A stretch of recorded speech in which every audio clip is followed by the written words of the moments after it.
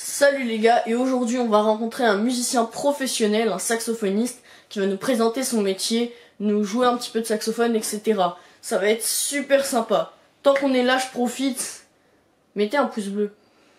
Sinon, j'ai des grandes chances de tomber en dépression si vous mettez pas de pouce bleu sous cette vidéo. Conne, mais mettez...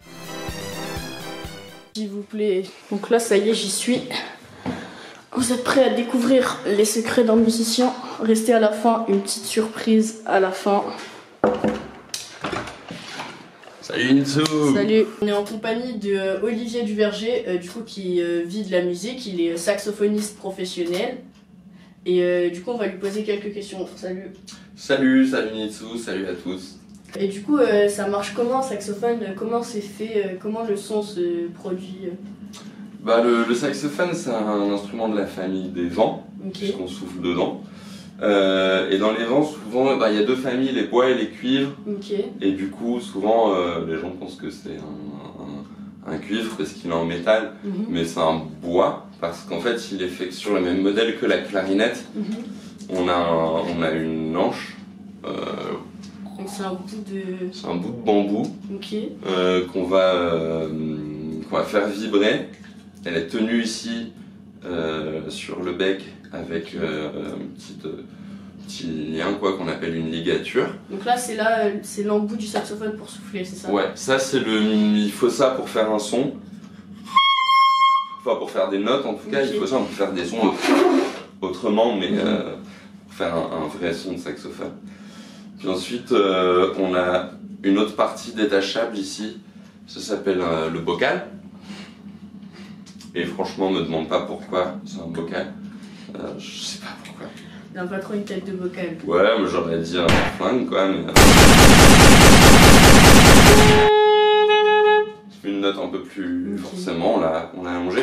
Et ensuite, on raccorde tout ça au corps du saxophone. Le corps, il y a un tube ici, tu vois, qui est soudé à ce qu'on appelle une culasse, comme dans les voitures, qui est soudé au pavillon ici, qui aide à projeter le son au loin. Et puis on a, je crois que si on les compte, il y en a environ 32, ouais je crois qu'il y en a 32 des boutons comme ça qui s'appellent en fait des clés. Qui permettent de faire les notes, c'est ça? Qui permettent de faire les notes. Donc en gros, si je résume, on souffle dans l'anche qui vibre, qui produit un son, avec le bec, qui produit un son. Et du coup, pour moduler le son, on bouge des trous. Ouais, qui vont faire que l'air est plus ou moins... comment dire, que la partie du saxophone qui vibre est plus ou moins grande. Donc là, quand j'ai fermé ça, le son sort là. Donc il n'y a que cette partie-là du saxophone qui fait du son. Donc c'est plus aigu que si je ferme tout et que le son sort ici. Voilà. Est-ce que tu travailles souvent, tu dois aller à des répétitions, c'est que à quelques moments dans la semaine ou dans le mois? Bah ça dépend, pas mal. En fait ça change tout le temps, ça c'est une partie de mon métier qui est hyper chouette, c'est pas fixe. Il y a des semaines où je vais avoir des répètes tous les jours, je vais faire du 9h 23h. Et puis il y a 2 semaines où je vais être tranquille, je vais bosser chez moi. Tu vois là j'ai un peu mon matériel pour pouvoir travailler à la maison, donc je travaille tous les jours mais un peu comme je veux quoi. Est-ce que tu dirais qu'en travaillant tout le monde peut arriver à vivre de la musique ou il faut un talent inné? C'est une grande question. Ça dépend, je dirais talent inné j'y crois pas. Il faut de toute façon beaucoup bosser. Mais pas seulement ses chansons, pas seulement son instrument, il faut bosser sa culture générale, tu vois, sa culture musicale, dans la musique que tu as décidé de faire. Si tu fais du rap, avoir une culture de ce qu'il faisait depuis, de ce qui se fait depuis le début du rap.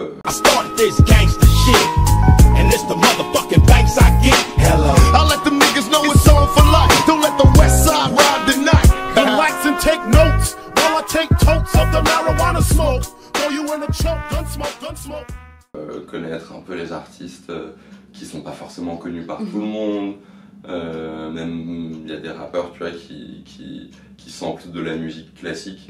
Bah, ils ont aussi une culture hyper élargie, quoi. Ouais, je comprends. Et donc, ouais, il faut travailler ses références, et avec ça, on peut réussir à faire de la bonne musique. Et après, pour réussir professionnellement, c'est encore autre chose, quoi. On peut travailler dans les labels, tu vois, dans les festivals, être programmateur, programmatrice, être ouais, directeur ou directrice de label ou assistant, puis ingénieur du son. Il y a plein de métiers autour de la musique, tous les métiers techniques, tous les métiers un peu administratifs, de gérer des projets.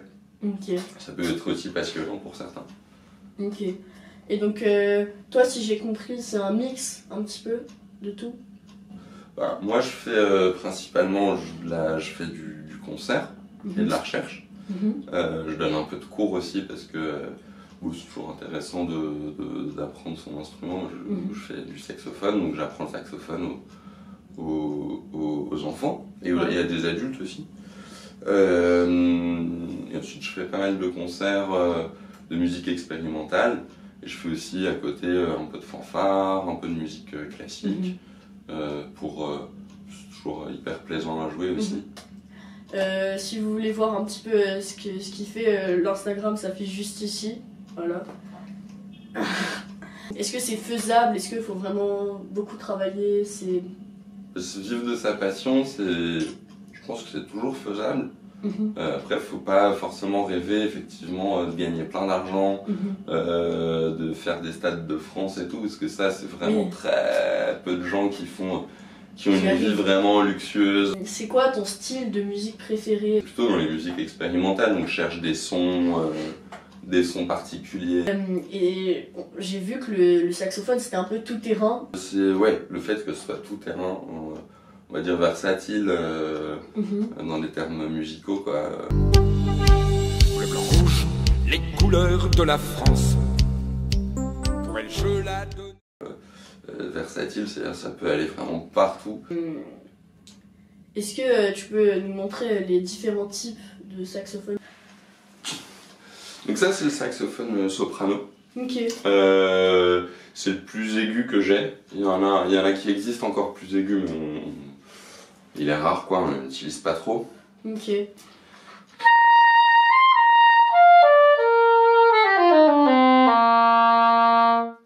tu vois, on va l'utiliser dans un contexte surtout classique. On peut faire d'autres trucs, mais ouais, celui-là, il a un très joli son, tout fin, comme une flûte ou un hautbois, quoi.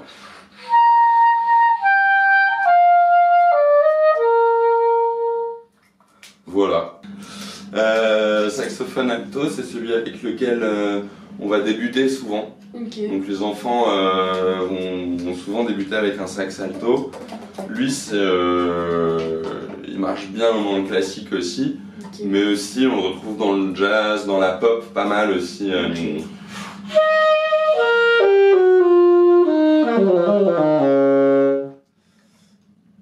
Voilà, donc il est un peu plus grave. Okay. Ouais.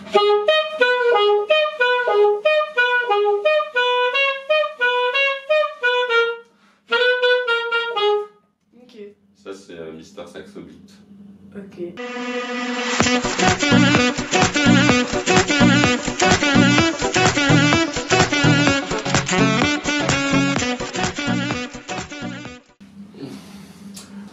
Ça, c'est le saxophone ténor. Okay. Il est un peu plus grand, donc toujours plus c'est grand, plus c'est grave. Ok.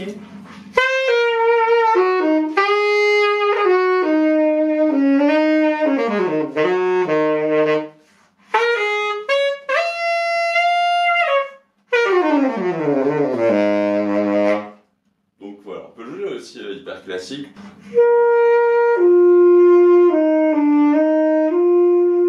Et voilà, ça c'est mon quatrième saxophone, c'est le saxophone baryton.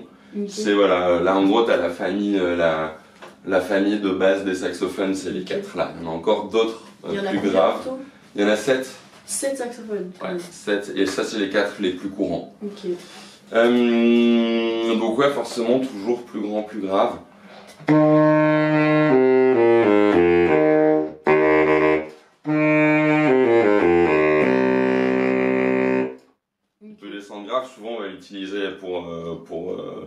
jouer des basses.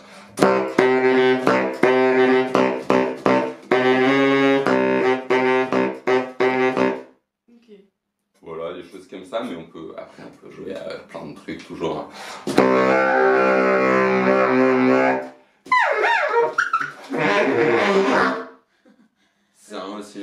C'est une bête quoi, c'est un monstre. Okay. J'adore. Petite interruption pour vous dire que Olivier a bien voulu nous faire une démonstration de musique expérimentale. C'est une grande chance, donc je vous laisse écouter.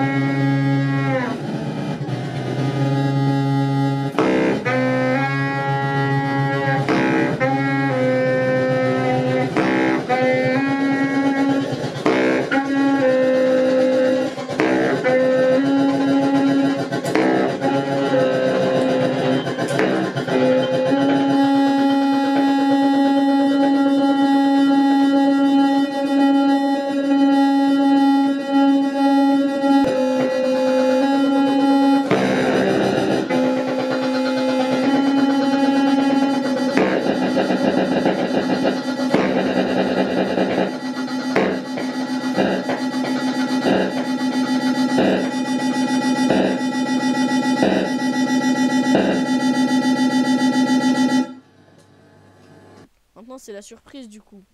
Olivier a accepté, après de la négociation, de faire la danse du rat.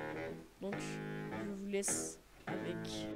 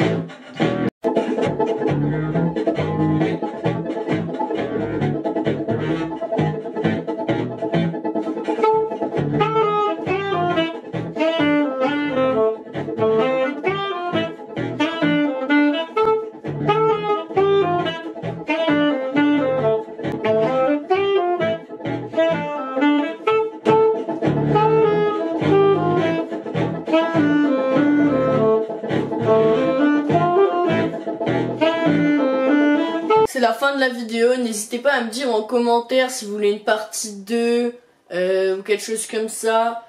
Voilà, dites-moi si vous avez kiffé ce format. Vous pouvez toujours vous abonner en cliquant sur ma tête, toujours. Et voilà, on se dit à samedi pour une prochaine vidéo.